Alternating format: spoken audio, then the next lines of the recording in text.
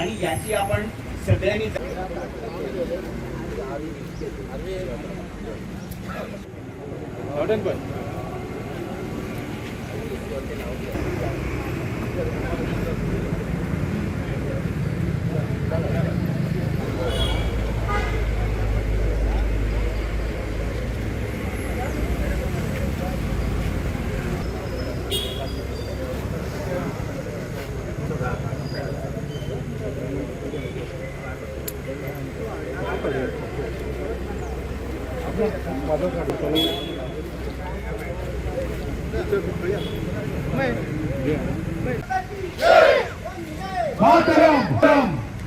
त्यांनी आपलं जे आहे हे देशासाठी समर्पित केलं, या सर्व सैनिकांना माझं नमन.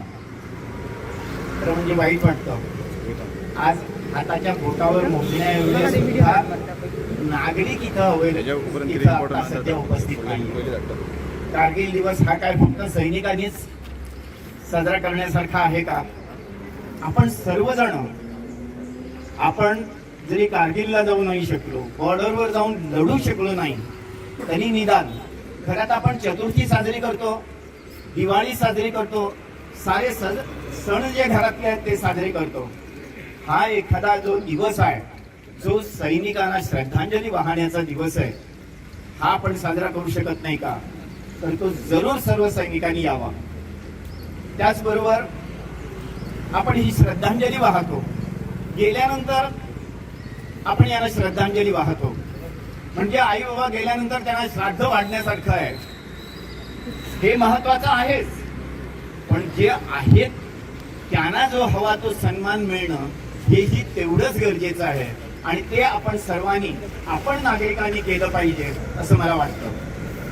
आपल्या सभोवताली हे जे स्वातंत्र्य सैनिक आहेत त्यांना हवा तो सन्मान मिळावा, त्यांना हवी ती नोकरी मिळावी, यासाठी सरकार दरबारी पण प्रयत्न झाले पाहिजेत. आता उद्या रक्षाबंधन येईल, आपण पाहतो आपले मोदीजी बॉर्डरवर जाऊन तिथं त्या सैनिकांबरोबर रक्षाबंधन साजरं करतात. आपण या सैनिकांच्या बरोबर हे रक्षाबंधन, त्यांच्या बरोबर रक्षाबंधन साजरं नाही का करू शकत? आपण फारसं काही नाही करू शकलो तरी छोट्या मोठ्या गोष्टीत हे जे सैनिक आहेत, जे आज हयात आहेत, आपल्या समोर आहेत, आपल्या सभोवताली आहेत, यांच्या सुखदुःखात आपण नक्कीच सहभागी होऊ शकतो आणि आपण ते केलं पाहिजे.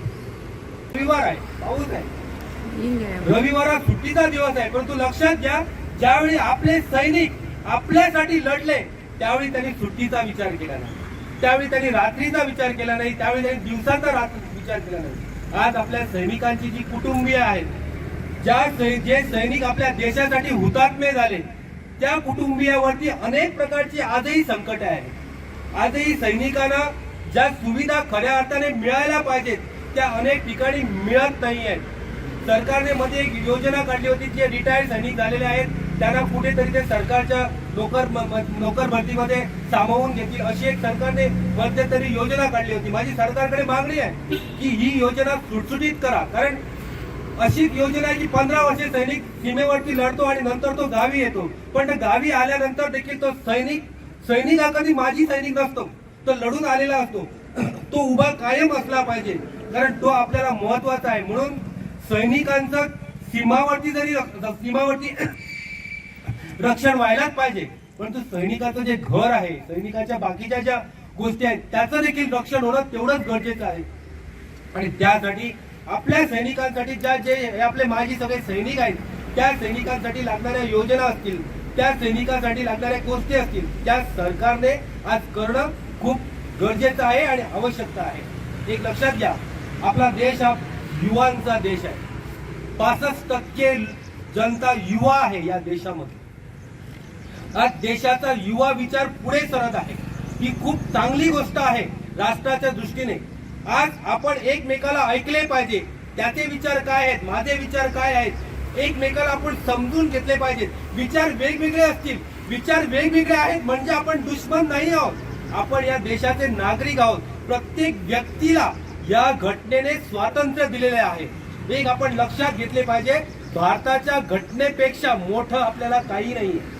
आपण या घटनेसमोर सगळेजण झुकतो, We the people of India having solemnly resolved to constitute India into social Republic country. आम्ही ती प्लेज घेतो.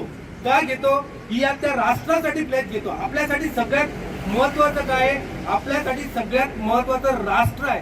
राष्ट्रभक्ती म्हणजे केवळ लढणं नव्हे, राष्ट्रभक्ती म्हणजे केवळ भाषण करणं नव्हे.